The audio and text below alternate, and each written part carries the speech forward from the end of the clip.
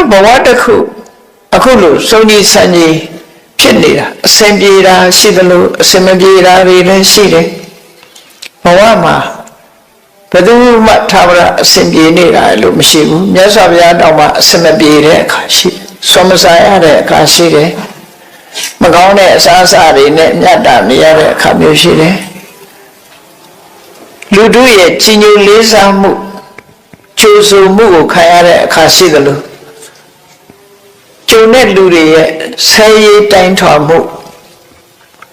ချင်းချောက်ခံရမှုဆိုတာတွေလည်းပဲကြုံရတာမြတ်စွာဘုရားကိုယ်တိုင်ကိုပဲအစင်မပြေမှုတွေနဲ့ဘဝမှာကြုံတွေ့ရအဲ့ဒီအစင်မပြေမှုတွေဟာဘဝကပေးတဲ့ဖန်တီးတဲ့ဒုက္ခတွေသာဖြစ်လို့ဘာနဲ့ဖြတ်ကျော်လို့ဆိုတိခဏချင်းခွင့်လွှတ်ခြင်းနဲ့ပဲဖြတ်ကျော်ကောင်းတာလုပ်ရတဲ့နဲ့မကောင်းတာတွေဖြစ်နေတာလည်းရှိတယ်မကောင်းတာတွေလုပ်ပြီးကောင်းတာတွေရနေတဲ့လူလည်းရှိတယ်ဘဝရဲ့အတွေ့အကြုံအစင်မပြေမှုတွေဆိုတာလောကကြီးမှာရှိတယ်လို့အရာရာဟာကံနဲ့တင်သက်ဆိုင်တာမဟုတ်ဘဲနဲ့ပတ်ဝန်းကျင်အခြေအနေရရနဲ့လည်းသက်ဆိုင်တယ်လို့ပြောကောင်းတဲ့ကံမကောင်းတဲ့ကံလို့ကံတရားကိုရွတ်စွနေခြင်းဟာနေရာတိုင်းမှာတော့မမှန်ဘူးပေါ့မမှန်တယ်ဘူးအဲ့လိုကံတရားကိုရွတ်စွနေခြင်းကြောင့်ကံတရားပေါ်မှာကောင်းတာလုပ်ရတဲ့နဲ့ကောင်းတာမဖြစ်ဘူးမကောင်းတာတွေဖြစ်ရင်ကံတရားပေါ်မှာယုံကြည်မှုလျော့ပါသွားတယ်မကောင်းတာတွေလုပ်ပြီးကောင်းတာတွေတွေ့ပြီးတော့လည်းကံတရားပေါ်မှာယုံကြည်မှုတွေလျော့ပါသွားကံဆိုတာအကြောင်းတစ်ခုအနေနဲ့သာမြတ်စွာဘုရားဟောတာဖြစ်တယ်ဘဝဆိုတာကိုကံကဖန်တီးတယ်ဆိုတာမှန်တယ်ဘုရားရဲ့ဟောပြောချက်အရဘဝတစ်ခုရလာတာဟာအခြေခံအကြောင်းတရားကတော့ကံပဲဖြစ်တယ်တော်တော်ကံတစ်ခုတည်းလားလို့ဆိုတော့မဟုတ်ဘူးကံနဲ့တွဲဖက်ပြီးတော့ကိလေသာတွေကဘဝတစ်ခုကိုဥဆောင်ဖန်တီးသွားတာပဲဖြစ်တယ်ပေါ့ကိလေသာတွေရဲ့ဥဆောင်မှုဘဝတစ်ခုကိုရလာဖို့ကိုကြည့်ရမယ်ဆိုလို့ရှိရင်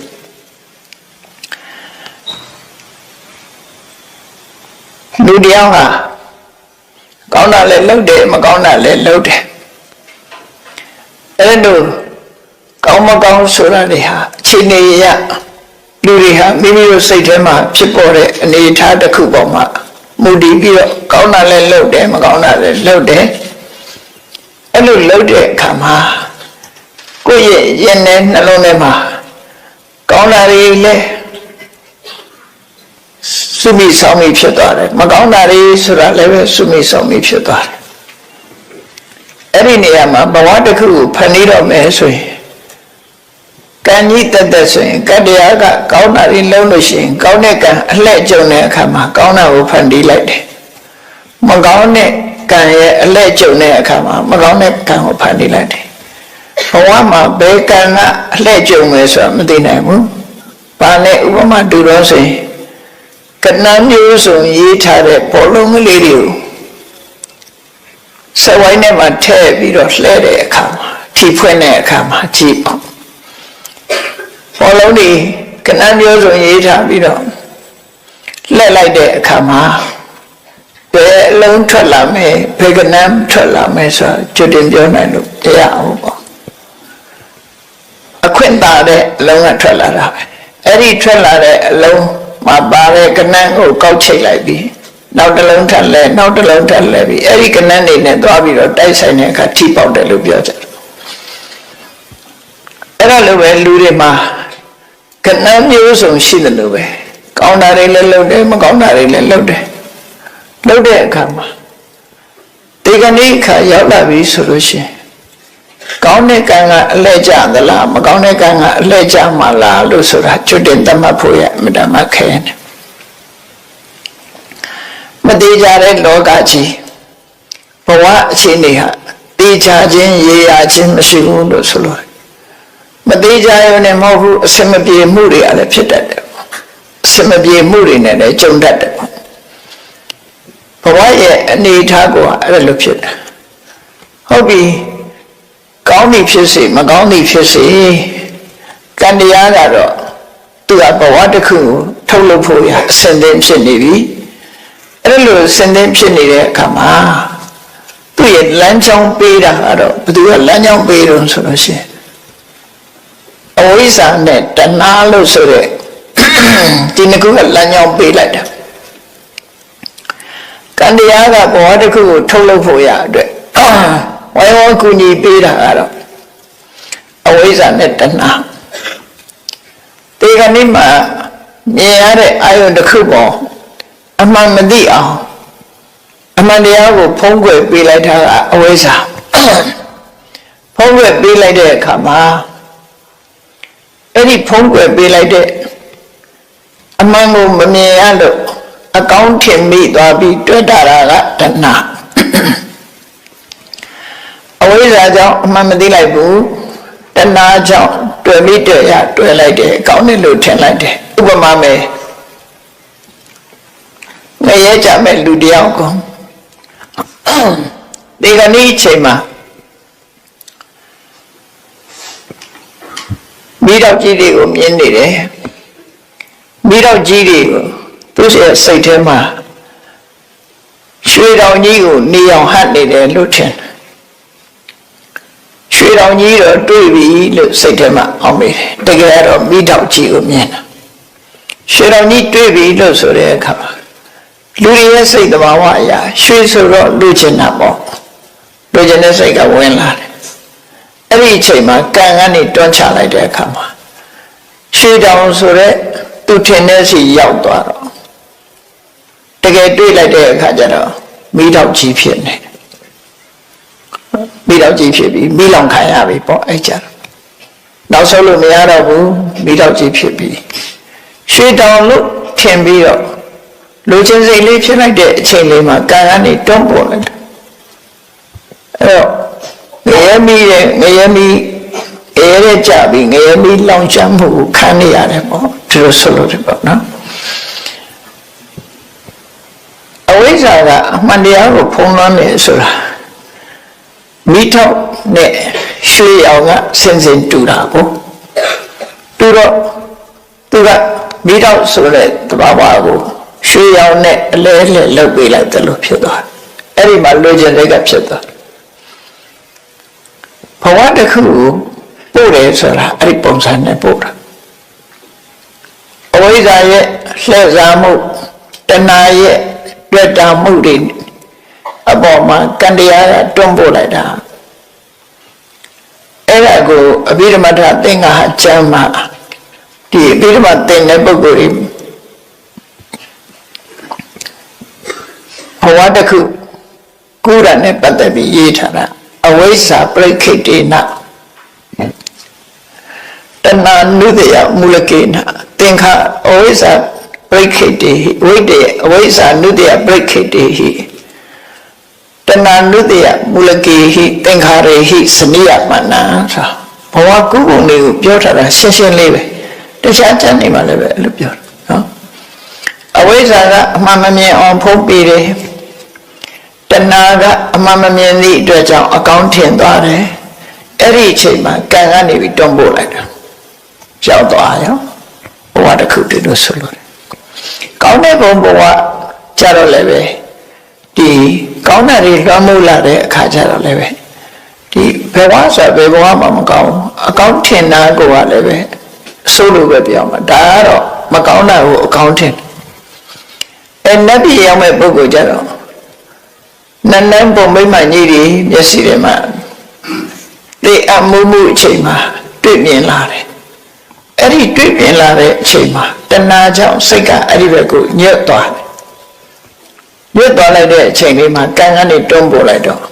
ပုံမိမ့်မှကြီးတွေရောက်သွားတယ်ဒါကတော့အကောင်းလို့ပြောကုသိုလ်ကံရဲ့လွှမ်းမိုးမှုဟာဒီလိုကောင်းတဲ့ဘက်ကိုပို့ပေးလိုက်ဒါတော့အကောင်းလို့ပို့လိုက်ပြီမဲ့လို့မင်းနောက်ထပ်အဲ့ဒီကောင်းပြီဆိုတဲ့ပုံရောက်ပြီးတော့ကောင်းတာတွေကိုမစွန့်နိုင်မခွာရဖြစ်ပြီး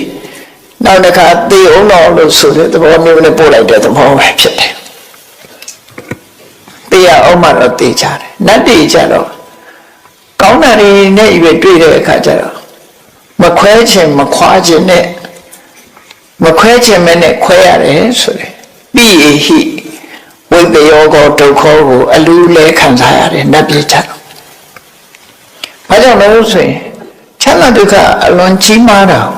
လွန်ကြီးမားတာအလွန်ကြီးမားတဲ့ချမ်းသာဒုက္ခကိုခံစားနေရတာခံစားလို့မှအာမရခင်ခွဲခြားလိုက်တာအဲ့ဒါပိယဟိဝိပယောဂဒုက္ခဖြစ်တယ်နော်ခုနကမကောင်းတဲ့စိတ်ပို့တဲ့အခါကျတော့မကောင်းမှန်းသိအောင်တော့အပိယဟိတံပြောကိုဒုက္ခမကြိုက်တာတွေနဲ့တွန်းပို့ခံရဒီသဘောတွေဟာကံနဲ့ကိလေသာပေါင်းစပ်ပြီးတော့ဘဝတစ်ခုဖန်တီးနေတယ်ဆိုတာမြတ်ဗုဒ္ဓရဲ့အဆုံးအမမှာအဲ့လိုသဘောပေါက်အဲ့ဒါဘယ်သူနဲ့ပတ်သက်လဲလို့ဆိုရင်ဘယ်သူမပြုတ်မိမိမှုကိုယ့်ရဲ့အလေးအကျင့်တိုင်းဒီအာယုန်တွေဒီထေဟမှုတွေစိတ်ညစ်မှုတွေဟာကိုယ့်ရဲ့အလေးကျင့်နဲ့သက်ဆိုင်ကိုယ့်ရဲ့အလေးကျင့်မှုတွေနဲ့သက်ဆိုင်အဲ့ဒါတွေနဲ့စိတ်ညစ်ရာဖြစ်သွားတဲ့ပေါ့ပုရုဇဉ်ဆိုတာအဲ့ဒါမှမတိကြမရေရဘူးလို့ပြောတယ်ပုရုဇဉ်ဘဝဆိုတာမတိကြမရေရတဲ့အနေအထားမျိုးဒါကြောင့်မို့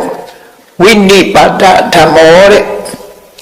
စာပေကျမ်းကမှတုံးတဲ့စကားလုံးဝိနိပါဒဆိုတာဝိနိပါဒဝိဆိုတာကိုယ်ဆန္ဒဘာတစ်ခုမှမပါပဲနဲ့ကိုဖြစ်ချင်တာမဟုတ်ဘဲနဲ့နိပါဒ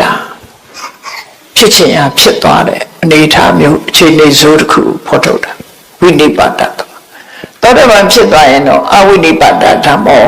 အဲ့ဒါမျိုးမဟုတ်တော့ဘူးတဲ့ခြေနေစိုးတစ်ခုရှောင်လွဲသွားနိုင်ပြီဝိနိပါဒဓမ္မဘေးကြီးမရှိတော့ဘူးဒီဆရာတော်ကြီးတို့ရေးတဲ့ဒီပဏိထဲမှာပုထုဇဉ်တွေရဲ့အပြစ်ကိုရေးတဲ့အခါမှာဝိနိပါဒဘေးဆိုအဲ့ဒါပြောတာဘဝမှာကိုဖြစ်ချင်ဖြစ်သွားဥပမာမဲ့ကောသလမင်းကြီးရဲ့မန္လိကမိဖုရားဆိုတာအဲ့ဒါလိမ္မာရေးချရှိတယ်သူကပေါင်းရင်မှာလှုပ်လှုပ်ကြတယ်ပမင်းစိုက်ပြိုးတဲ့ပမင်းစိုက်ပြိုးပြီးစီပွားရှာတဲ့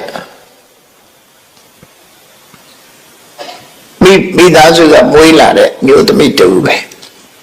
ရှုံးစင်းကလည်းခက်ကြမ်းကြမ်းနော်သို့တော့သူ့မှာဘာတော်လို့ဆိုတော့လက်ချက်ချအကင်းပါတယ်တော့လက်ချက်ချရုပ်ကတော့မလှဘူးလို့ဆိုတော့ရုပ်မလှဘူးလောက်ကင်စားတော့ရတော့လည်းပဲပေါင်းရင်မှာပတ်မင်းဆိုင်ပြုံးပြီးတော့ပတ်မွေရောင်းတဲ့အလုပ်ကိုလုပ်တယ်သူ့ရဲ့အရေးချတော့တော့လက်ချက်ချကောသရမင်းကြီးကအဇာတတမင်းနဲ့စစ်ဖြစ်လို့စစ်တိုက်ရတာဒီဖေဖေရဲ့နဲ့မြင်းစီပြီးထွက်ပြေးလာရတဲ့အခါမျိုးရှိတယ်အဲ့ဒီအခါမျိုးမှာစစ်တပ်နဲ့ကွဲပြီးသူတယောက်တည်းထွက်ပြေးလာတာလူပြေးလာတဲ့အချိန်မှာမထင်မှပဲသူတို့ပန်းဥယျာဉ်နဲ့ရောက်လာသူတို့ပန်းဆိုင်ဖြိုးတဲ့ဥယျာဉ်ခြံနဲ့ရောက်လာမဏိကမိဖုရားကဘယင်မှန်းသိလိုက်တယ်သို့တော့သူဟာဘယင်ကြီးလာတယ်ဆိုသူဝတရားအရလုပ်မယ်လို့ဆိုပြီးမြင်းကိုရှေ့ကနေဖမ်းဆွဲပြီးတော့ဘယင်ကြီးကိုအကူကြီးတွေပေးတယ်တောက်ရည်တွေကန်းတယ်နေရာထိုင်ခင်းတွေပေးတယ်အမောပြေဖို့ရတယ်လုပ်ပေးဝေယဝဆလုပ်ပေးတယ်ဆိုတော့အဲ့ဒီသက်လက်ချက်ချတဲ့ဝတရားခြေပြုံးနဲ့ပြုံးပြုံးရွှင်ရွှင်နဲ့လှုပ်တတ်တယ်ကြောက်ရွံ့တဲ့သဘောမရှိပဲနဲ့အဲ့လိုလှုပ်တာကိုဘုရင်ကြီးကသဘောကျပြီးနတ်တော်ခေါ်သွားတာမန္လိကဟာဆင်းရဲသူမှသာသမီးပဲဘုရင်ကြီးနဲ့လည်းလွန်ရဲနေတယ်တိခဏနဲ့ဘုရင်ကြီးအမားတွေကိုလည်းရှောက်ရဲတယ်သူကပြောရဲတယ်ဘုရားကရဲ့အိမ်မက်16မျိုးမဲ့တုံးကကောသရမင်းကြီးဟာပုံသားတွေရေရခြေဖို့ပြောတဲ့နီလန်းနေနဲ့တကယ်လုံးတော့မလို့ကိုယ့်ရဲ့အသက်အန္တရာယ်ဖြစ်ပြီးဆိုကြောက်တော့ပေါ့ကြောက်တော့ရေရခြေမယ်တရားတွေကိုတတ်ပြီးရစ်ပူစောပြီးရေရခြေဖို့လုပ်တယ်အဲ့ဒီခေတ်ကအယူသီးမှုတွေပေါ့ အဲ့ဒီမှာမန္လိကကဲတင်လိုက်တာပဲဖြစ်တယ်မြတ်စွာဘုရားကိုမေးပါဘုရားနဲ့တလောက်ရင်းနှီးနေတာဘာဖြစ်လို့ပုံနာတွေမေးတယ်လဲဘုရင်ကြီးကိုမရရဘုရားစီပို့မြတ်စွာဘုရားနဲ့တွေ့တဲ့အခါမေးတော့မြတ်စွာဘုရားဒီအိမ်မက်တွေဟာတဲ့ပုဗ္ဗနမိတ်အနေနဲ့မက်ပေမယ်လို့တင်မင်းကြီးရဲ့လက်ထက်မှာမဖြစ်ဘူးနောက်ဖြစ်လာနိုင်တဲ့အနေအထားတွေကိုကျွတ်တင်မဲ့ချင်းလာဖြစ်တယ်ဆိုတာကိုတစ်ခုချင်းရှင်းပြလိုက်တော့သူ့ရေရာခြေတဲ့လုပ်ငန်းကြီးကိုဆွတ်လွတ်လိုက်တယ်တရားတွေများစွာတက်ပြီးရေရာခြေမဲ့အလုပ်ကိုဆွတ်လွတ်လိုက် sacrifice လို့ခေါ်တယ်တတ်ရဲစွာခဏထိကြမ်းနေသေးတယ်အဲ့ဒါတားကောင်နဲ့တက်ပြီးရစ်ပူဇော်တယ်ဆိုဖြစ်တယ်အဲ့ဒါတွေနဲ့လုပ်နေပူဇော်တယ်ဆိုတဲ့အလုပ်ကိုလုပ်ချအဲ့လိုပြီးတော့ကောသရမင်းကြီးဟာပြည်သူပြည်သားတွေနဲ့ပြန်ပြီးတော့အလှကြီးပေးတဲ့အခါမှာဖေကြီးအနိုင်ရအောင်အကြံကောင်းညံကောင်းတွေကိုပေးတာမန္လိကမေဘုရားပဲဖြစ်တယ်ပေါ့အသရိတအလှကြီးကိုပြည်သူတွေတုံ့ပြန်ပြီးတော့မရှင်နိုင်လောက်အောင်ဘုရင်မှာရှိတဲ့စင်နေမြင်းနေစင်နေနဲ့ဘုရင်နေတာသုံးနိုင်တဲ့ပစ္စည်းတွေကိုအသုံးပြုပြီးတော့အလှပွဲကြီးကိုကျင်းပလိုက်တာပြည်သူတွေကရှုံးပေးသွားတယ်ဒါလည်းစီစဉ်တာမသိတော့ဆိုရင်မန္လိကမေဘုရားအဲ့လိုလိမ္မာပန်းတဲ့မေဘုရားကြီးဟာ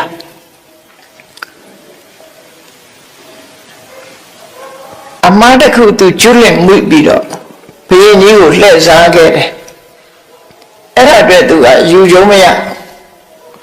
စိတ်မကောင်းဖြစ်ပြီးတည်သွားတဲ့အခါကျတော့အဲ့ဒါကြီးကစိတ်ကိုလွှမ်းမိုးနေတယ်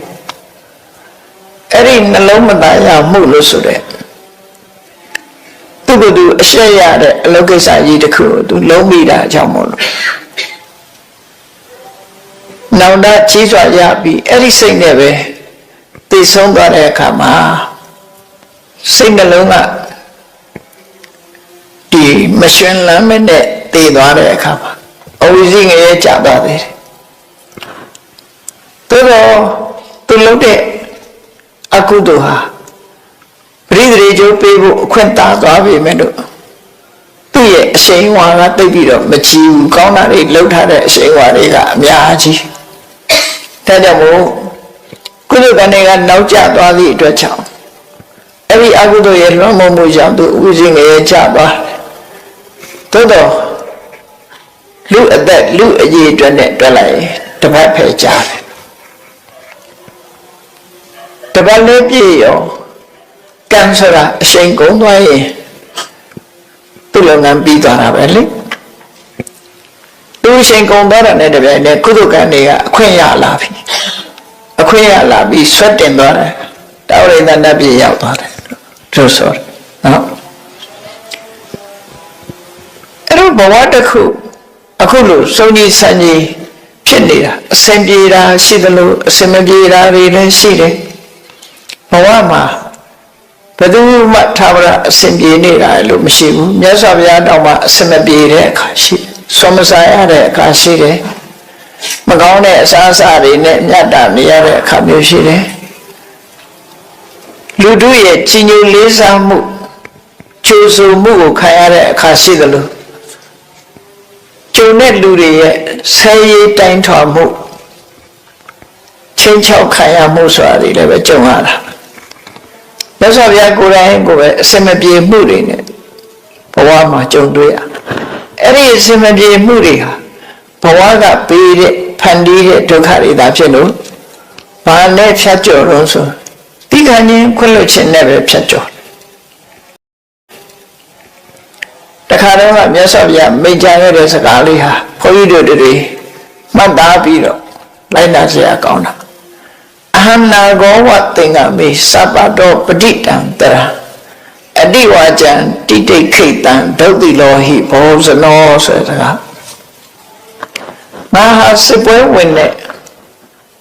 စစ်မျက်နှာရှေ့တန်းမှာဒီရှေ့တန်းကထွက်ပြီးတော့တိုက်ရတဲ့ဆင်မြောင်ကြီးတို့ပဲစစ်ပွဲမှာရှေ့တန်းကနေပြီးတော့ထွက်ရတဲ့ဆင်မြောင်ကြီးတို့ပဲ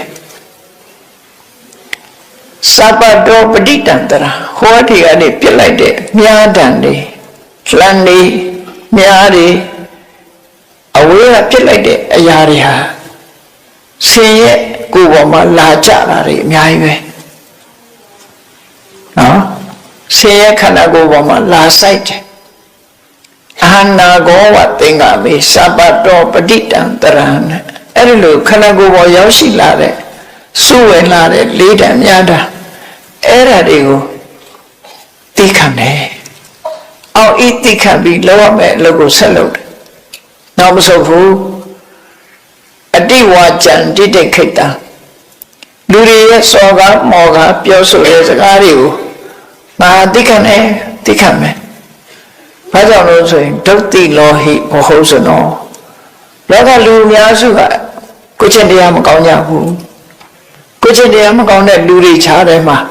တိခဏ်ညင်းမှတပါးတခြားလောက်ဆရာမရှိဘူး။အော်ဤတိခဏ်နဲ့စစ်တိုက်နေတယ်ဆိုတာဟာ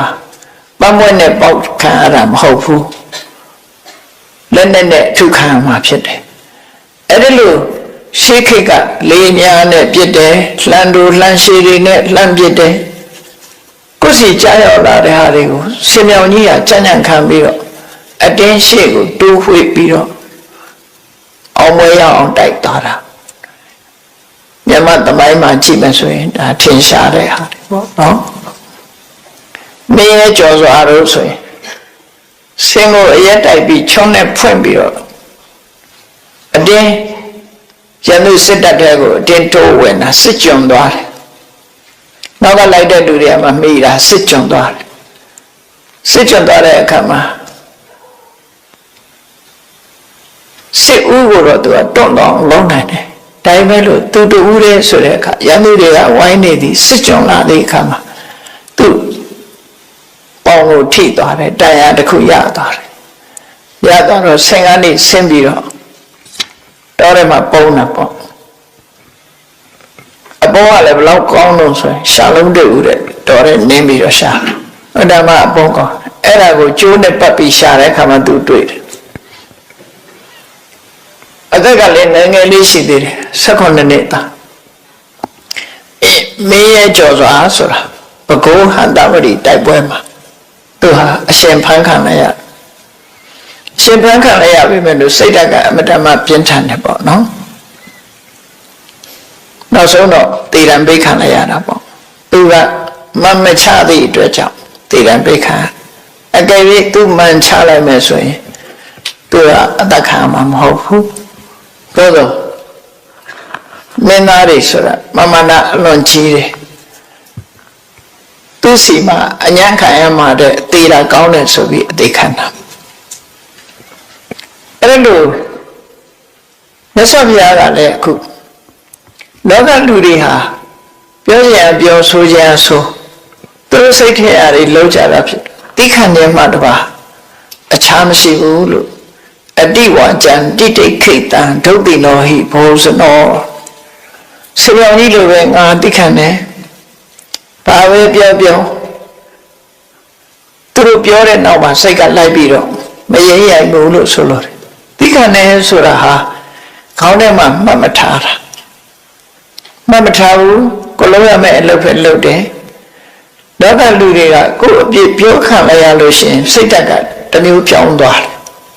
ချီးမွမ်းလိုက်ရင်စိတ်ကတစ်မျိုးကဲ့ရဲ့လိုက်ရင်စိတ်ကတစ်မျိုးဖြစ်သွားတယ်မြတ်စွာဘုရားကတော့ချီးမွမ်းခြင်းကဲ့ရဲ့ခြင်းဆိုတာကိုအလင်းကောင်းထဲမှာမထည့်ဘူးမရည်တွက်ဘူးလှုပ်တဲ့လှုပ်ထိုက်တဲ့လှုပ်ရမယ့်အလုပ်ကိုပဲဆက်လုပ်တယ်အဲ့ဒါသိခံခြင်းပဲသိခံခြင်းဆိုတာကိုယ်စိတ်မူလအခြေအနေကိုမပြတ်အောင်ထိန်းနိုင်တာစွန့်ရည်တတိတစ်မျိုးကိုခေါ်တယ်ခန္တီဆိုတာစွန့်ရည်တတိတစ်မျိုးပဲဘာစွန့်ရည်တတိတော့ဆိုလို့ရှိရင်မြောက်ပြောလို့လေစိတ်တက်ကြွမသွားဘူး6ပြောလို့လေကြောက်လန့်မသွားဘူးကဲ့ရဲ့လို့လေစိတ်မဆဲဘူးချီးမွမ်းလို့လေဝမ်းမသာဘူး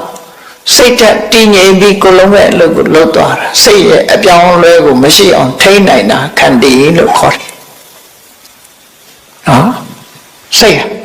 ပြောင်းလဲမသွားတဲ့သဘောဆိုလို့တယ် တ်စွာဘုရားကအတိဝါကြံတိတိခိတ်တံ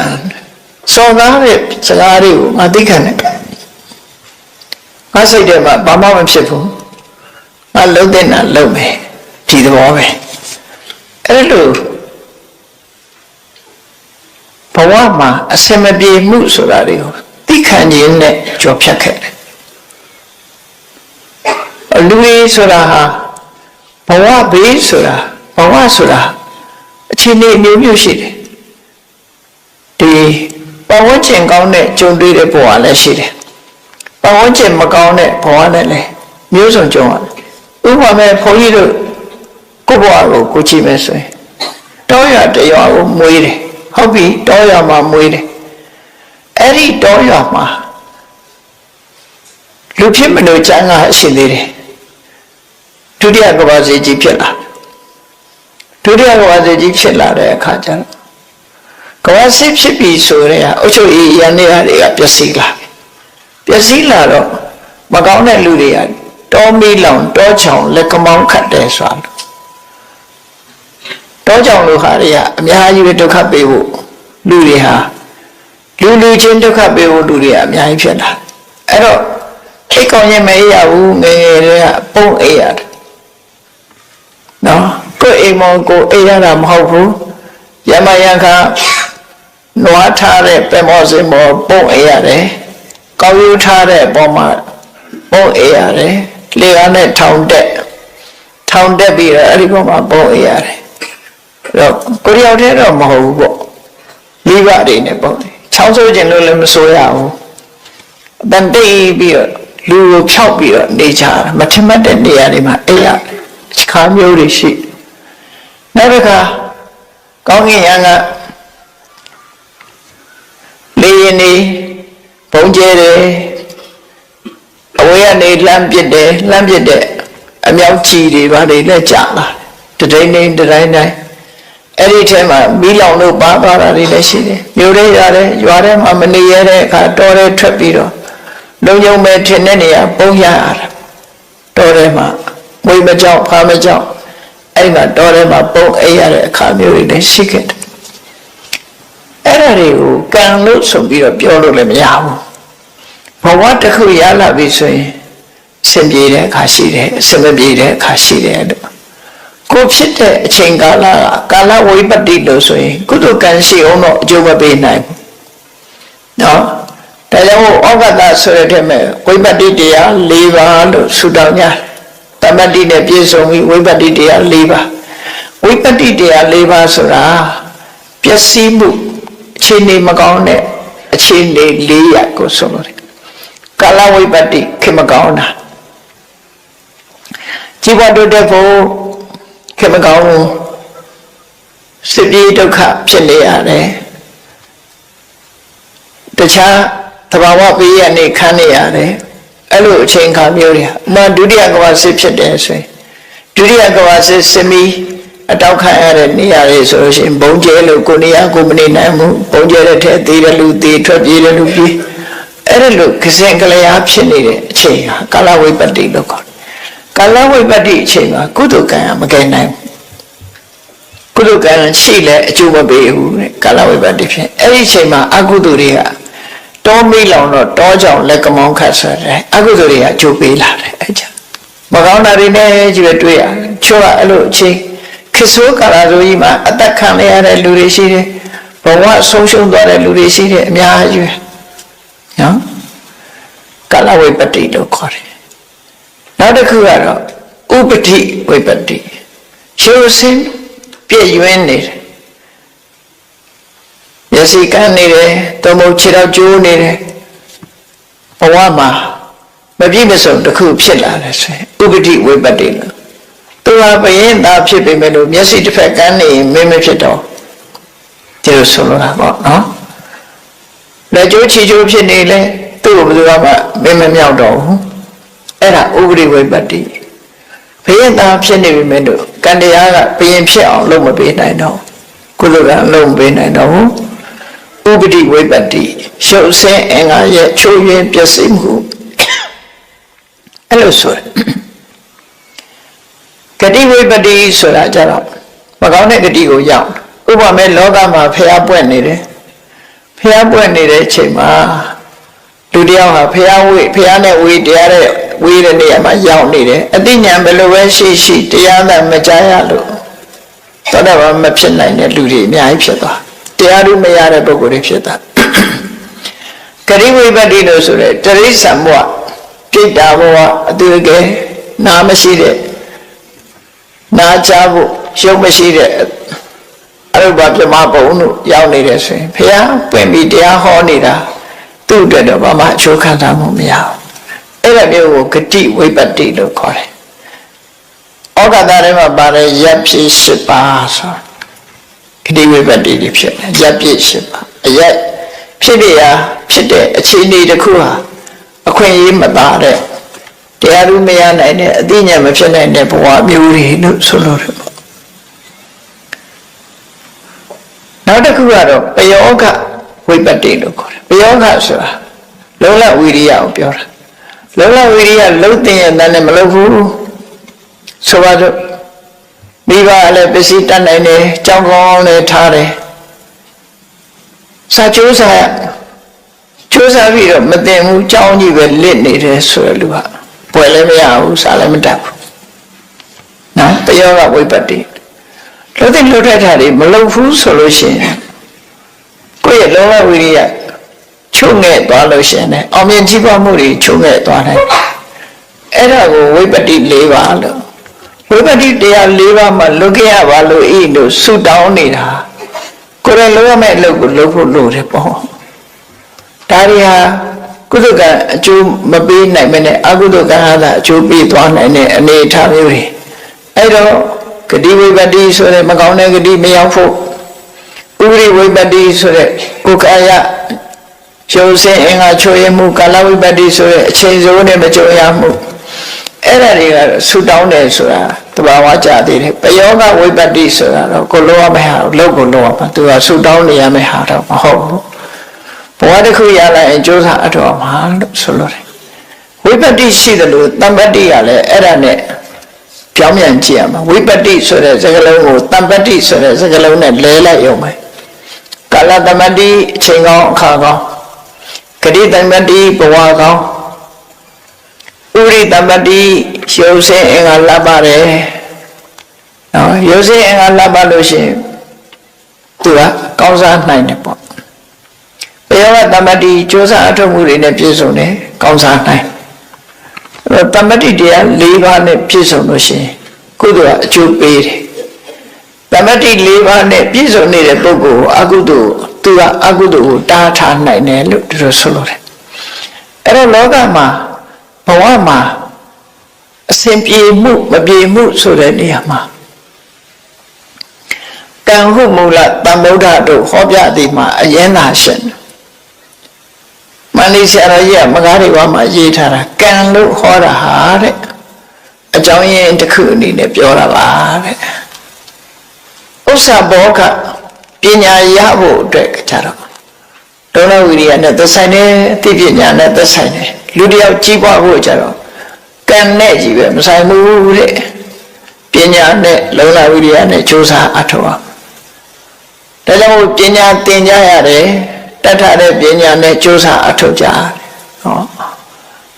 အဲ့ဒါလို့လုပ်လို့ရှိရင်ဘဝမှာကြီးပွားတိုးတက်တယ်ဆိုတာဒါမှန်ကန်သို့တော့ဘဝမှာခဏလို့အခြေအနေရဘဝရဲ့အခြေအနေတွေကအမျိုးစုံပဲခေကောင်းတာရှိတယ်ခေမကောင်းတာရှိတယ်အနေထားကောင်းတာရှိတယ်အနေထားမကောင်းတာရှိတယ်ရုပ်ဆင်းပြည့်ရွံ့တာရှိတယ်ရုပ်ဆင်းပြည့်စုံတာရှိတယ်လုံလဝိရိယနဲ့ပြည့်စုံတာရှိတယ်လုံလဝိရိယချိုးရင်းတာရှိတယ်ဆိုတဲ့တမ္ပတ္တိဝိပတ္တိဆိုတဲ့အခြေအနေတွေဟာဘဝမှာဖန်တီးနေတဲ့အရာမျိုးတွေဖြစ်လာတယ်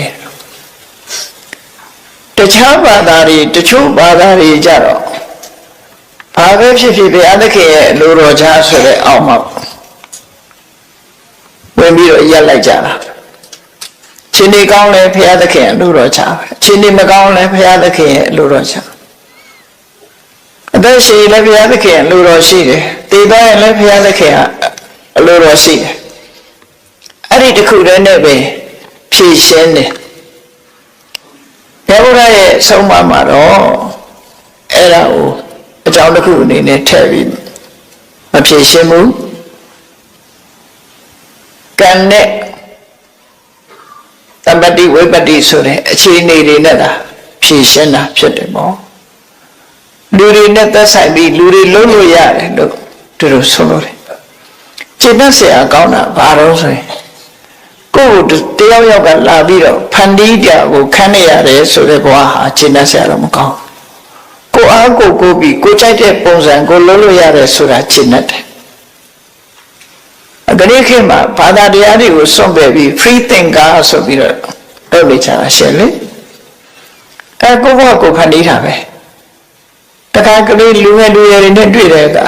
သူပြောတယ်သူက free thinker အေးဟုတ်တယ် free thinker ဆိုတာမင်းဒါဟာဘုရားဘာသာဟာလည်း free thinker ပဲပေါ့ဘာလဲဆက်ဆက်တွေ့တာမဟုတ်ဘူးကိုလို့ရင်ကိုရတယ်ကိုမလို့ရင်မရဘူးကိုနဲ့ပဲပတ်သက်တယ်တခြားအဟံတားတွေနဲ့ဆက်ဆက်ပြီးတွေးတာမရှိဘူးရသော်ဘုရားရဲ့အဆုံးအမဆိုတာဟာလည်းပဲလုံးတဲ့လောက်ထိုက်တာနဲ့မလုံးတဲ့မလုံးထိုက်တာဒီနှစ်ခုပဲပြောတာကျန်တဲ့ကိုလုံးအမှားတွေရှိပဲကောအဲ့တော့ free thinker ဆိုတာတကယ်ပြောလိုက်မယ်ဆိုလို့ရှိရင်ဘုရားဘာသာတွေဟာ free thinker တွေပဲမှာဘာကြောင့်လဲဆိုရင်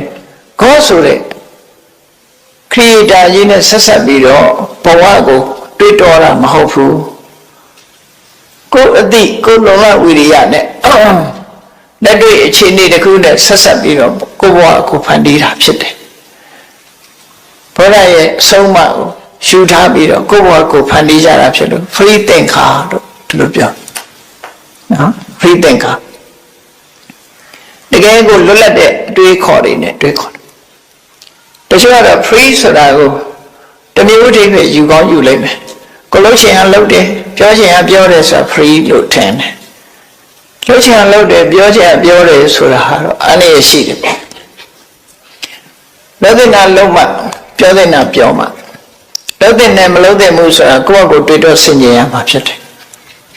ကိုယ့်ကိုသိရမှာဖြစ်တယ်အဲ့ဒါထိအောင်မသိဘူး free ဆိုတာတော့အယူပဲပေါ့ကောင်းတာဆိုတာကိုမသိတော့ဘူးနော်လုံးတဲ့နာနဲ့မလုံးတဲ့နာကိုမသိတော့ဘူးဆိုရင်တော့ဒီလူကတော့ crazy ပဲနော်အယူဝါရောက်သွားရင်ဒီတိုင်းပဲဖြစ်တာပဲလေ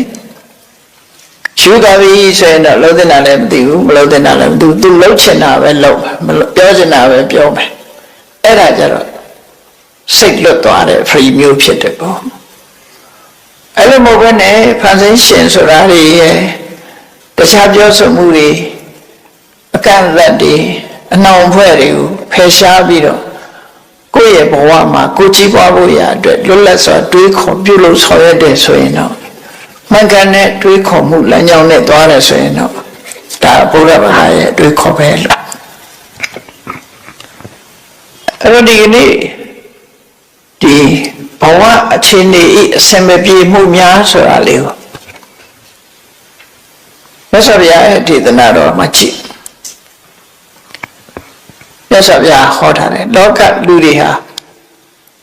ကိုယ်ကအကောင်းလုပ်တယ်သို့တော့မကောင်းတာတွေနဲ့တွေ့ချင်းတွေ့နေကိုယ်ကမကောင်းတာတွေလုပ်တယ်သို့တော့ကောင်းတာတွေနဲ့တွေ့ချင်းတွေ့နေခဏခေတ်မှလည်းပဲလူတွေရဲ့အမြင်မှာဒီလူကတော့ကောင်းတယ်ဒါပေမဲ့သူမကောင်းတာတွေဖြစ်ချင်းဖြစ်တယ်ဟာဒီလူကတော့ဆိုးတယ်ဒါပေမဲ့သူကကောင်းစားခြင်းကောင်းစားနေတယ်အဲ့လိုအခြေအနေမျိုးတွေဟာဘဝအခြေအနေတစ်ခုရဲ့အစင်မပြေမှုများတွေပဲဖြစ်တယ်ပေါ့အဲ့ဒီအစင်မပြေမှုတွေနဲ့ပတ်သက်ပြီးတော့မြတ်စွာဘုရားကဘယ်လိုရှင်းပြလဲဒါလေးကိုမှတ်သားဖို့တော့လိုတယ်ပေါ့မြတ်စွာဘုရားရှင်းပြဖို့ပါပောပိပတ္တိပါပံပါပောပိပတ္တိပတ္ထံအေးမကောင်းတဲ့လူကလည်းတစ်ခါတစ်ခါအကောင်းတွေ့နေတတ်တယ်ပါပောပိလူယုံမှာပင်ဖြစ်ပါစေပတ္တိပတ္ထံအကောင်းနဲ့ကြုံတွေ့ရတယ်ဘယ်ခါမျိုးလို့ဆိုရင်ယာဝပပနပစ္စတိသူ့ရဲ့ဆိုးဝါးတဲ့လောက်ရတွေအကျိုးမပေးသေးဘူးဆိုရင်တဲ့အရာခသိဟာသူကဘယ်ရာပဲဖြစ်ဖြစ်ခုလို့ခုဖြစ်တာမဟုတ်ဘူး ငရုတ်သီးတာအခုစားအခုဆက်တယ်ကံကြတော့အခုရေတွင်တူးရင်အခုရေကြီးတောက်ရမှာမဟုတ်ဘူးနော်တစ်ပင်ကအခုဆိုင်အခုသီးမှာမဟုတ်ဘူးကံဆိုတာလည်းပဲအဲ့တိုင်းပဲငရုတ်သီးလို့အခုလို့အခုဆက်မဲ့ဆိုရင်ဘယ်သူမှမလုပ်ရပါဘူးနော်ငရုတ်သီးကတော့အခုစားအခုဆက်မှသိချတယ်ဆက်တဲ့ငရုတ်သီးပေါ့အဲ့ဒီမှာယာဝပပနပစ္စတိအစိုးတရားတွေကအကျိုးကိုမထုတ်လို့သေးဘူးဆိုလို့ရှိရင်နဲ့ပါပေါ်ပြီးဆိုရတဲ့ပုဂ္ဂိုလ်ဝင်ဖြစ်လို့စေပတ္တိပတ္ထရအကောင်းနဲ့ကြုံတွေ့နေရတတ်တယ်ဒါလောကတဘာဝရဲ့အစင်မပြေမှုမကောင်းတဲ့လူကလည်းအကောင်းတွေကိုတွေ့နေတယ်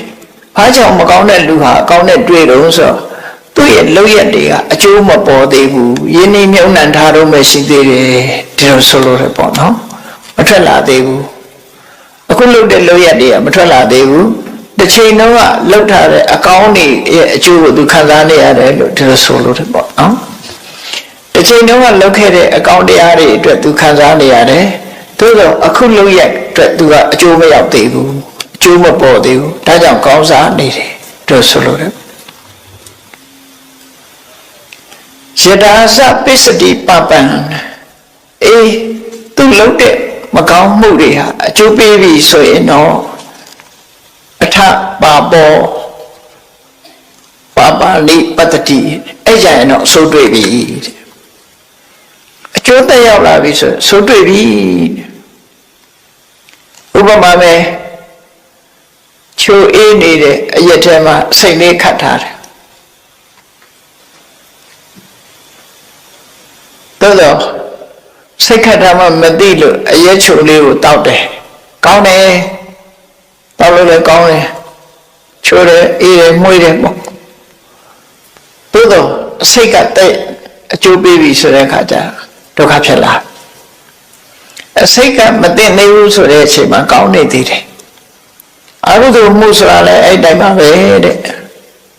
အကျိုးသက်ရောက်မှုမရှိသေးဘူးဆိုရင်တော့သူကောင်းစားနေအောင်မှာပဲ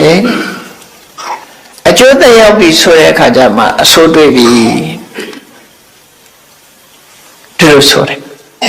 ထို့တူပဲဘဝမှာအစမပြေမှုတွေပါနေတော့ဆိုရင်ဘဒ္ဒရောပိပတ္တိပပံလူတော်လူကောင်းကလည်းအဆိုးတွေ့ခြင်းတွေ့နေတယ်တဲ့လူတော်လူကောင်းဖြစ်ပြီမဲ့လို့မကောင်းစားအဆိုးတွေနဲ့ကြုံရင်ကြုံနေတတ်တယ်ဘယ်ခါတော့ဆိုယာဝပတ္ထနာနပစ္စတိသူတို့တဲ့အကောင်းတွေဟာအကျိုးမပေါ်သေးဘူးဆိုရင်သူလည်းတခဏတာအတွင်းမှာတော့အဆိုးနဲ့တွေ့နေဦးမှာပဲယတာသပစ္စတိပတ္ထရအေးအကောင်းတွေကအကျိုးထုတ်လုပ်ပြီးဆိုတဲ့အခါမှာတဲ့အထဘဒ္ဒရောဘဒ္ဒရာနိပတ္တိကောင်းတဲ့လူဟာကောင်းကျိုးတွေကိုရတော့မှာပါကောင်းတာတွေကိုတွေ့ရတော့မှာပါလို့သူဆိုတယ်ဒါကံကြမ္မာရဲ့သဘောတရားကိုမြတ်စွာဘုရားဘဝအခြေအနေတွေရဲ့အစင်မပြေမှုတွေဟာအခိုက်အတန့်အပြင်ရှိတယ်ဆိုတာကိုပြောတာနော်ရှိတယ်လို့ပြောတာဘာကြောင့်ရှိတာတော့ဆိုရင်ကောင်းတဲ့လုပ်ရကအကျိုးမပေးသေးလို့မကောင်းတဲ့လုပ်ရကအကျိုးမပေးသေးလို့အခိုက်အတန့်အတွင်းမှာကိုယ့်ရဲ့ယဉ်နှီးမြုံနှံမှုတွေကအကျိုးမပေါ်သေးလို့ခိုက်တန်လေးမှာအကြက်တဲတွေကြုံတတ်တယ်လို့ဒီလိုသဘောမျိုးဆိုလိုတာပဲဖြစ်တယ်အဲ့ဒါဒီမြတ်စွာဘုရားရဲ့တရားဒေသနာတော့ဆင်ញင်ကြည့်ကြဖို့လိုအပ်တယ်ပေါ့ဘာနဲ့ပတ်သက်ပြီးတော့ဟောရတော့ဆိုစေဝကျောင်းတကာကြီးအနာရဘိန်တထေးနဲ့ပတ်သက်ပြီးဟောတာစေဝကျောင်းတကာကြီးကတာဝတိမြို့ကသုမနတထေးရဲ့သားပဲမိဘကကြွယ်ဝချမ်းသာတယ်ပိဋကစာပေမှာရှားတွေးမယ်ဆိုရင်သူတို့ဟာညီကိုနှစ်ယောက်လို့ပြောအောင်သူထတ္တနဲ့သူဖုတိအနာရဘရဲ့နာမည်ကသူထတ္တသူ့ရဲ့ညီကသူဖုတိသူထတ္တနဲ့သူဖုတိဆိုပြီးတော့တထေးသားနှစ်ယောက်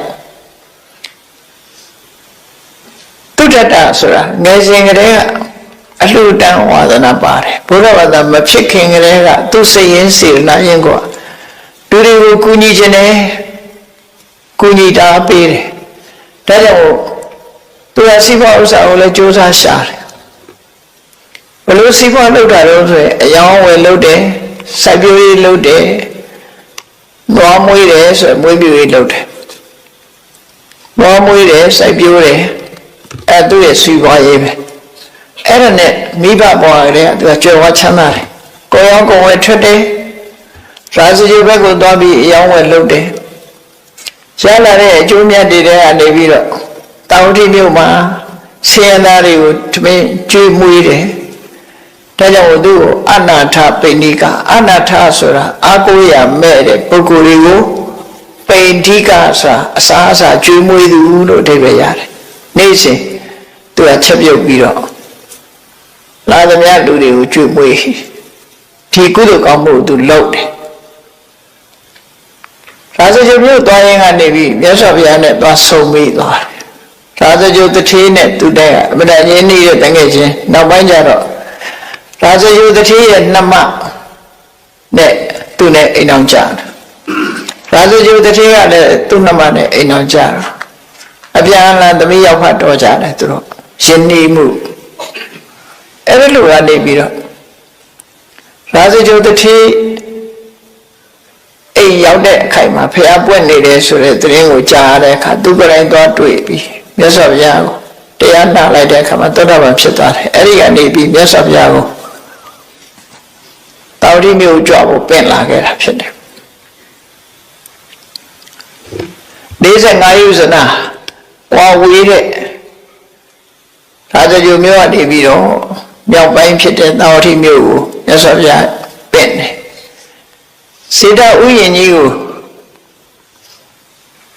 အတရာဒင်းကားတွေကိုအစောညှင်းထိပြီးတော့ခင်းပြီးတော့စေတမင်းသားပိုင်တဲ့ဥယျာဉ်ကိုဝဲတယ်စေတမင်းသားကမယောင်းချင်လို့ဒီဈေးကိုပြောလိုက်တာသို့တော့စေတမင်းသားဟာတရားရုံးရောက်တဲ့အခါကျတော့မေမသစ္စာလူမဂတိဆိုတဲ့အတိုင်းဂတိတည်ရတဲ့သူတို့ခေတ်ကသူပြောလိုက်တာကစေတော်ဥယျာဉ်ကြီးကိုရောက်မလားလို့သွားပေးတဲ့အခါကျတော့စေတမင်းသားပြောလိုက်တာရွှေရင်းကားတွေပြည့်ခင်းရင်တော့ရောက်မယ်ဆိုတဲ့စကားပြောလိုက်တာနော်ရွှေရင်းကားတွေခင်းပြီးဝယ်ရင်ရောက်မှာမဝယ်နိုင်ဘူးလို့သူကထင်ပြီးပြောလိုက်တာခုလူကတကယ်ခင်းတော့တာရွှေရင်းကားတွေကိုအစွန်းချင်းထိပြီးတော့ခင်းလိုက်တာရွှေရင်းကား18ကလေးကုန်သွားတယ်နော်အဲ့ဒီလိုလုပ်တော့ဟိုကမျက်လုံးပြူလာပြီးရောင်းလိုက်ရတယ်နောက်ဆုံးမှာရှောင်းလိုက်တယ်18ကလေးကုန်သွားတယ်ကျောင်းဆောက်တယ်18ကလေးကုန်တယ်ကျောင်းလွတ်ပူဇော်ပွဲကြီးကျင်းပါတယ်18ကလေးကုန်သွားတယ်အဲ့ဒီလိုဝိချေတနာမြောင်များစွာဥစ္စာတွေကိုဆွန့်လုံပြီးတော့နာရဝိတထေးကြီးဟာခြေရရောနဲ့ဒါနကောင်းမှုတွေကိုလုပ်တယ်မြတ်စွာဘုရားစေတော်ကျောင်းမှာတရင်သုံးတဲ့အချိန်ဆိုလို့ရှိရင်တနေ့ကို3ခေါက်ကျောင်းရောက်တယ်မနေ့သွားရင်မနေ့အစားစားတယ်နေ့သွားတဲ့အခါမှာအဖျော်ရမကညနေမှဆိုရင်အဖျော်ရမကပဏ္ဏတာစသည်ယူပြီးတော့သွားဘယ်တော့မှလက်ချအချင်းကြီးမသွားဘူးသူ့အိမ်မှာလည်းပဲအမြဲတမ်းတန်ဃာတွေဒီမဲနဲ့ကတ်တဲ့ဆွမ်းက900နော်ရှာကုကတ္ထ900အဲ့လိုတန်ဃာပေါင်းမြောက်များစွာကိုအိမ်မှာဆုံးကတ်လေးရှိတယ်အဲ့လိုတရားတရားအလုံးကောင်းပြီးတော့စိဝဥစ္စာရှာတယ်စိဝဥစ္စာလည်းရှာတယ်ရသမျှစီစဉ်ဥစ္စာတွေကိုလည်းနေ့စဉ်နဲ့အမျှဒါနကောင်းမှုတွေကိုကြိုးစားပြုတယ်သူကအလှူဒန်းအလုံးဝါသနာပါတဲ့ပုဂ္ဂိုလ်အဲ့လိုလှူဒန်းတဲ့အခါမှာလူတွေဆိုတာလည်းပဲမကုံဘူးမဟုတ်ဘူးလေကုံတာပေါ့လှူတာဟာလှူခြင်းကြောင့်လေသူကကုသိုလ်တော့ရတာပေါ့ပစ္စည်းတော့ကုံတယ်ပေါ့သို့တော့စီးပွားရေးအဆင်မပြေတဲ့အခါဆိုရှိလားစီးပွားရေးအဆင်မပြေတာဘာဖြစ်လာတော့18ကလေးကျွေးချထားတာတွေကမရအောင်တောင်းလို့မရအောင်ကျွေးဆောင်အကျွေးတွေ ပြန်မရတဲ့အခါကျသူငွေကြေးလက်ပတ်မှုကခဲရင်သွားတယ်ကံမကောင်းကြောင့်လာတယ်လို့ဖြစ်ရအစိရဝတီမြေကြီးကရေတိုက်စားတဲ့အခါမြေကဘာဘေးမှာတွင်းနဲ့ကြီးတွေတူးပြီးတော့ရှိခေကတော့ဗန်စနစ်လည်းရှိတာမဟုတ်တော့မြေကြီးတွေပဲမြုပ်တာသူမြေကြီးတွေမြုပ်တဲ့နေရာကဘာပြုတ်လို့သူစုပ်မြုပ်ထားတဲ့ရွှေငွေတွေပါသွားတယ်ကဘာပြုတ်တဲ့ထက်ပါသွားလို့18ကလေးလောက်ကအရှုံးပေါ်သွားတယ်ကျွေးပြန်မရတာ18ကလေးပါသွားတာ18ကလေးဆိုသူကစီးပွားရေးကြက်တဲသွားတော့တန်ခါတွေကိုတော့သူစ조사လှူတယ်သို့တော့စားရမဲ့တောင်းရမဲ့ကိုယ်ပဲရမဲ့တဲ့ပုဂ္ဂိုလ်တွေကို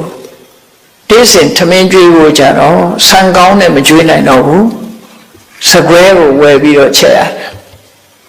စကွဲထမင်းကိုကျွေးတယ်မြတ်စွာဘုရားစီအဲ့လိုအခြေအနေကြုံတဲ့အချိန်မှာမြတ်စွာဘုရားစီရောက်သွားတော့မြတ်စွာဘုရားကဒါနကောင်းမှုနဲ့ပတ်သက်ပြီးမေးတယ်အိမ်မှာအလူနိုင်မေးရလားလို့စီပွားရေးအခြေအနေမေးတော့တပည့်တော်လူရတယ်ဗျာဒါပေမဲ့လို့စိတ်တိုင်းမကြဘူးစကွဲထမင်းမယ်ကျွေးနိုင်ပါတယ်လို့ဆိုမြတ်စွာဘုရားကစိတ်ကသာအဓိကဖြစ်ပါတယ်ကောင်းတာဆိုတာအဓိကမဟုတ်ပါဘူးဆိုပြီးစိတ်ထားတိုက်ရင်မြတ်တယ်ဆိုတဲ့အကြောင်းဝေလာမသုတ်တံမှာမြတ်စွာဘုရားဝေလာမသုတ်တံကိုဟောတယ်ကောင်းတာဖြစ်စေမကောင်းတာဖြစ်စေများဖြစ်စေနေပါတာပဲဖြစ်စေလှူတဲ့အခါမှာစိတ်စေရနာအဓိကကြတယ်ဆိုတာကိုဟောပြောပြီးတော့ဝေလာမသုတ်တံကိုဟောတယ်ငါဝေလာမပုံနာဖြစ်တော့ကဆိုလို့ရှိရင်တဲ့ငါအလှကိုလာရောက်ပြီးတော့စားသုံးကြတဲ့ပုဂ္ဂိုလ်တွေဟာတရဏဂုံတည်တဲ့လူတယောက်မှမပါဘူးတဲ့ငါးပါးသီလလုံတဲ့ပုဂ္ဂိုလ်တယောက်မှမပါဘူးတဲ့အဲ့ဒီလိုအခြေအနေမျိုးတွေမှာငါလှူခဲ့ရတယ်ပေါ့အခုကတထေးကြီးလှူရတဲ့အခြေအနေတွေကအမှန်တမ်းကောင်းတယ်ဆိုတဲ့အကြောင်းမြတ်စွာဘုရားအားပေးစကားဟောကြားတယ်ဝိလမတုတ်ကိုဟောလိုက်တယ်အဲ့ဒါနဲ့တော်တဲ့သူကစိတ်ချမ်းသာမှုရသွားတယ်စီးပွားရေးအစမပြေတဲ့အခါမှာဘာနဲ့ကြုံရပြန်အောင်ဆိုတထေးကြီးအိမ်မှာစတုထမြောက်တကားမုတ်မှာစောင့်နေဆိုတာအဲ့ဒီမှာနေရာရထားတဲ့နတ်ပေါ့နော်ဘုံမစိုးနတ်ပေါ့လူတွေနေတဲ့အိမ်တွေမှာလည်းပဲသူတို့ကလည်းပဲလူနဲ့ပတ်သက်ပြီးတော့ရောက်ရှိနေကြတာကိုယ်နဲ့ပတ်သက်ရောက်ရှိနေတာကိုယ်ဆောင်နဲ့အိမ်နဲ့ပတ်သက်ပြီးရောက်ရှိနေရင်အိမ်ဆောင်နဲ့ပေါ့သူတို့ကိုဘယ်သူမှဂျူတီချတာတော့မဟုတ်ဘူးစောင့်ဆိုတဲ့စကားလုံးပြောပေးမယ်လို့နော်သူတို့စောင့်ခိုင်းတာတော့မဟုတ်ဘူးကိုယ်နဲ့ပတ်သက်တဲ့နေရာမှာလာဖြစ်တယ်လို့ပဲအောင်မေးပေါ့ကိုယ်အိမ်နေမှာအိမ်မြောင်နေပါလေလာမနေကြဘူးလားနေတာပဲအိမ်မြောင်တို့ပင့်ကူတို့ဆွဲကောင်းနေတာတူရောက်လာတာပဲလေအဲ့ဒါလိုပဲမမြင်ရတဲ့တရားတွေလည်းပဲကိုယ်နဲ့ပတ်သက်ပြီးရောက်နေတာတွေရှိတယ်ပေါ့သူတို့လည်းသူတို့ဘဝနဲ့သူတို့ရောက်လာကြကိုယ်နဲ့ပတ်သက်ဆက်နေကြအနာဝေဒတိကြီးအိမ်မှာသူဆက်ပြီးတော့နေတဲ့နတ်ကသူလည်းတာရိသမီးတွေနဲ့ပဲလူတွေလိုပဲ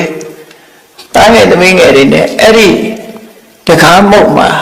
သူနေစရာပုံမိမ့်မှနဲ့သူနေတယ်လို့ဆိုတယ်အဲ့ဒီနာရဝေဒတိကြီးဆင်းရဲဒုက္ခရောက်သွားတဲ့အချိန်လေးမှာသူကဒီချိန်တော့ဒါသူပြောလို့ရမယ့်အချိန်ပဲနာရဝေဒတိကြီးအိမ်ကိုတန်ခါးတွေကြွလာတဲ့အခါမှာသူကသူနေရသူမနေနိုင်ဘူးဆင်းပေးနေရတယ်တိရရှိတဲ့ရဟန်းတန်ခါးတွေကြွလာတဲ့အခါမှာသူနေရသူမနေနိုင်ဘူးဆင်းပြီးတော့ပေးရတယ်အဲ့ဒါကိုသူမလုပ်ချင်စိတ်ပြတ်တယ်အိတ်ကောင်းရင်မအေးရနေကောင်းရင်မနေရဖြစ်တယ်လာပြန်ပြီးတကြတစ်ပါးကြွလာဆင်းပေးရဗျအဲ့ဒါမလုပ်ချင်သူစိတ်ပြတ်တယ်နာရဝေဒတိကြီးကိုလည်းပြောမှသူမပြောရဘူးနာရဝေဒတိကြီး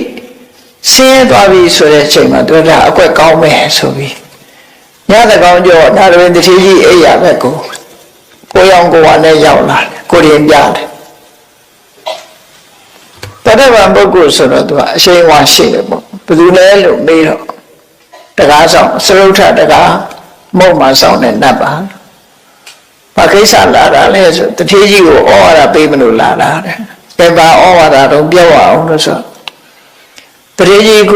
တဲ့လှူလောင်းကြီးတို့ဆင်းရဲသွားပြီမဟုတ်လားတဲ့ကျောင်းဆောက်တော့ကလည်း18ကလေးကုန်းတယ်မြေဝယ်တာလည်း18ကလေးကုန်းတယ်ကျောင်းလူပူဇော်ဝဲကြီးလည်း18ကလေးကုန်းတယ်အဲ့လိုတွေပေါင်းမြောက်များစွာသုံးချပြီးတော့အခုလည်းလှူလိုက်တန်းလိုက်လုံးနေတာအဲ့ဒါကြောင့်မလို့စီးပွားဥစ္စာတွေရောပါပြီးတော့ဆင်းရဲလာတယ်ပေါ့ဒါကြောင့်မလို့အလှူတန်းကိုလျှော့ပါစီးပွားရေးကိုကြိုးစားလုပ်ပါအလှူတန်းကိုလျှော့ပါဆိုပြီးတော့ပြောတော့နာရဝိတ္တေကအော်ဒါမင်းရဲ့ဩဝါဒလားဟုတ်ပါတယ်မလို့နတ်မျိုးတွေရာထောင်မကငါလာပြောလဲငါပစ္စည်းငါလှူတာငါလောကမမှုဘူးအဲ့ဒီတော့ငါကိုအလှငါရဲ့အလှပွဲကိုစောစောကားကပြောတဲ့ပုဂ္ဂိုလ်အလှပြက်အောင်ဖြစ်တာဖြစ်တော့ကြောင့်မင်းငါအိမ်မှာမနေနဲ့ထွက်သွားလိုက်ခုခေတ်ကျတော့အရှင်ကြီးစားတော့ခေါ်ပါတောက်တော့ခေါ်ပါလို့ဟိုကနတ်တောင်မောင်းထုတ်လိုက်သေးတယ်နော်နတ်တောင်မောင်းထုတ်လိုက်သေးတယ်အဲ့လိုမောင်းထုတ်လိုက်တော့သူအိမ်မနေနဲ့ဆိုပိုင်ဆိုင်တာသူပိုင်တာကိုသူနဲ့ပိုင်ဆိုင်တဲ့နေမြေတွေမနေနဲ့ဆိုမနေရတော့ထွက်သွားတဲ့အခါမှာသားရီသမီးတွေလက်ဆွဲပြီးတော့ဟိုနားလည်းနေကြမရှိဒီနားလည်းနေပိုင်ဆိုင်မှုတွေရှိတာကိုသူတို့လောကမှာလည်းလူပြည်မှာလိုပဲပိုင်ဆိုင်မှုတွေရှိဒီနေ့ဟာမကြည့်နဲ့နော်ပိုင်ဆိုင်မှုရှိတယ်မရှိဘူးဆိုတာဒီเจ้าနဲ့ကခွေးတွေကြည့်သူတို့ကလည်းသူတို့ပဲလာရင်ဟောင်းတယ်လေသူကလည်းသူ့နယ်လေးတွေနဲ့သူသတ်မှတ်နေကြတာသူတို့ဘယ်သူမှပိုင်စားပေးတာမဟုတ်ဘူးเจ้าလည်းကတ်နေကြတာချင်းတူတူပဲအမေအရှိချမ်းကကောင်ကလောက်ချမ်းကောင်လာရင်မောင်းထုတ်တယ်အနောက်ချမ်းကကောင်လည်းအရှိချမ်းကောင်မောင်းထုတ်တောင်ချမ်းကကောင်လည်းမောင်းထုတ်အဲ့ဒါအော်ထုတ်တာမောင်းထုတ်တာသူ့နေရာနဲ့သူပိုင်စိုးနေကြတာအဲ့တော့တိရစ္ဆာန်တွေတော့အဲ့လိုပိုင်စိုးတယ်ဆိုဘုံကံရှိတဲ့နတ်တွေလည်းပဲဒီလိုပဲသူကလည်းသူပိုင်တာရှိမှာပေါ့နော်အဲ့တော့နေရာမရှိတဲ့အခါကျတော့မျိုးဆောင်နတ်စီသွားချင်းကတ်တယ်မျိုးဆောင်နတ်စီသွားချင်းကတ်တော့မျိုးဆောင်နတ်ကမင်းလှုပ်တာလွန်တယ်တဲ့ငါလည်းမပြောရဲဘူးတဲ့ဆိုတော့နမင်းကြီး၄ပါးစိတ်သွားနမင်းကြီး၄ပါးလည်းမင်းလှုပ်ထတာလွန်တယ်ငါလည်းမပြောရဲဘူးတရားမင်းကြီးသွားပြောတော့တရားမင်းကြီးကလည်းငါလည်းပြောလို့မရဘူးတဲ့အဲ့တော့ငါအကြံတစ်ခုတော့ပေးမယ်တဲ့အဲ့ဒီတထေးကြီးမှာဆုံးနေတဲ့ငွေကြေး18ကလေးရှိတယ်အဲ့ဒါကိုတထေးကြီးရဲ့လူယုံတော်ဘာနာဒေအသွင်ယူပြီးတော့ဆုံးနေတဲ့ဟာတွေကုန်လိုက်ရှာလိုက်ပြီးတော့ပြန်တောင်းတယ်မင်းအဲ့ရွှေတွေငွေတွေရအောင်ပြန်လုပ်တယ်သူဆုံးနေတဲ့18ကလေးကိုပြန်ရအောင်လုပ်ရှေးထဲမှာမျောပါသွားတဲ့သူမြုပ်နှံထားတဲ့ငွေတွေနဲ့မင်းအစွမ်းတတိနဲ့ပြန်ရအောင်ကုန်လုပ်တယ်ပိုင်ရှင်မဲ့18ကလေးလည်းရှိတယ်တဲ့အဲ့ဒီပိုင်ရှင်မဲ့18ကလေးကိုလည်းပဲမင်းရအောင်လုပ်ပြီးတော့သူ့ရဲ့ဗလာကိုယ်တော်လေးနဲ့ထည့်ပေးလိုက်လို့အဲ့ဒီလိုထည့်ပေးပြီးတော့သူဟာမိုက်မဲမီးလို့အပြစ်ဒဏ်ကိုထားရပြီးပါပြီသူမှားမိတာကိုတိခံခွင့်လွတ်ပါနေပြရစေပါလို့တော့ခွင့်တောင်းတယ်အဲ့ဒါဆိုရင်တော့မင်းကြည်အေးလိမ့်မယ်ပေါ့နော်တော့ကြည်အေးလိမ့်မယ်ဆိုတော့တရားမကြီးကြံပေးတဲ့အတိုင်းပဲသူကဆုံးနေတဲ့ငွေတွေအကုန်လုံးရအောင်လုပ်တယ်ရှည်တဲ့ပါသွားတဲ့ကဘာပြိုတဲ့ထက်ပါသွားတာတွေကိုလည်းသူ့စွမ်းတကူနဲ့ရအောင်လုပ်ပြီးတော့ကိုတော်နဲ့ထည့်ပေးတယ်နောက်တစ်ခါပိုင်ရှင်မဲ့တွေ18ကလေးကိုလည်းယူပြီးတော့ထည့်ပေးတော့တထေးကြီးကပြန်ပြီးတော့ကိုတော်လေးရတနာတိုက်တွေကပြန်ပြီးတော့ပြေးသွားတယ်အဲ့ဒီနေညမှာသွားပြီးတော့တထေးကြီးစီသွားခွင့်ပန်းနဲ့ခွင့်တောင်းနဲ့ပေါ့သူဟာဆဲဒုက္ခရောက်နေတဲ့အကြောင်းဒါကြောင့်မလို့သူ့ကိုနေခွင့်ပြုပါလို့အဲ့ဒီမှာတန်လဲထမ်းပြီးသူ့ကိုနေခွင့်ပြုပါဆိုတထေးကြီးကခွင့်ပြုလိုက်ပြီးသူ့ကိုမြတ်စွာဘုရားအကြောင်းကိုလိုက်ခဲ့ဖို့ခေါ်သွားတယ် ခေါ်သွားပြီးမြတ်စွာဘုရားကိုကြိုးကြောင်လျှောက်တယ်လျှောက်တဲ့အခါမှာမြတ်စွာဘုရားခုနဟာကိုခေါ်တာဖြစ်တယ်နော်ပါဘောပိပတ္တိပတ္ထရယာဝပပံနာပစ္စတိယရာဇပစ္စတိပပံအထပါဘောပပါလိပတ္တိမကောင်းတဲ့လူတွေဟာမကောင်းတာတွေကမကောင်းတဲ့လူပင်ဖြစ်မကောင်းတဲ့လူတွေဟာမကောင်းတာကအကျိုးမပေးသေးဘူးဆိုရင်အကောင်းတွေ့နေတတ်သေးတယ်တဲ့မကောင်းတာတွေကအကျိုးပေးပြီဆိုရင်တော့မကောင်းတာပဲတွေ့ရလိမ့်မယ်ပတ္တောပိပတ္တိပပံယာဝပတ္ထရနာပစ္စတိယရာဇပစ္စတိပတ္ထရထပတ္တောပတ္ထရနိပတ္တိလူတော်လူကောင်းတွေဟာလည်းတစ်ခါတည်းအကျိုးမပေးသေးဘူးဆိုရင်အကောင်းကအကျိုးမပေးသေးရင်အဆိုးတွေ့နေတတ်သေးတယ်ဘဝဆိုတာအချစ်စမပြေဖြစ်တတ်တယ်ဆိုတဲ့အကြောင်းကိုမြတ်စွာဘုရားဒီအဆုံးအမတရားအချို့အားဖြင့်ဆိုလို့ရှိရင်ကောင်းတာလုပ်ဖို့မကောင်းတာတွေကရှောင်ကျဉ်ဖို့ကောင်းတာလုပ်တဲ့ပုဂ္ဂိုလ်ဟာအခိုက်အတန့်မှာမကောင်းတာတွေ့ပြီမဲ့သူရေရှည်ကြတော့ကောင်းတာတွေ့မှာပါမကောင်းတဲ့ပုဂ္ဂိုလ်တွေဟာတော့ရေရှည်ကြတော့မကောင်းကျိုးတွေကိုခံစားမှာပါဆိုတဲ့ကမ္မနိယမသဘောတရားကိုရှင်းလင်းပြီးတော့မြတ်စွာဘုရားဟောကြားဆုံးမပေးလိုက်တဲ့အခါမှာအဲ့ဒီနာဟာလည်းတတ္တဝဖြစ်သွားတယ်ဒါကြောင့်မို့လို့ဘုန်းကြီးတို့တို့ရဲ့ဘဝမှာလည်းပဲဘဝအခြေအနေရဲ့အစင်မပြေမှုတွေကြုံတဲ့အခါမှာမိမိတို့တတိတို့ဒေါနဝိရိယတို့သိပညာတို့နဲ့ဆင်ញင်သုံးသပ်ပြီးတော့အခြေအနေတစ်ခုအောင်ဤသိခဉ္ခြင်းကြောဖြတ်ခြင်းဖြစ်လာလဲဖြည့်ရှင်းကြရမှာဖြစ်တယ်ဆိုတာကိုကိုယ်စီမှတ်သားပြီးမြတ်ဗုဒ္ဓရဲ့အဆုံးအမတိုင်းဘဝအခြေအနေရဲ့အစင်မပြေမှုတွေကိုရင်ဆိုင်နိုင်အောင်ကြိုးစားအထောက်နိုင်ကြပါစေကုန်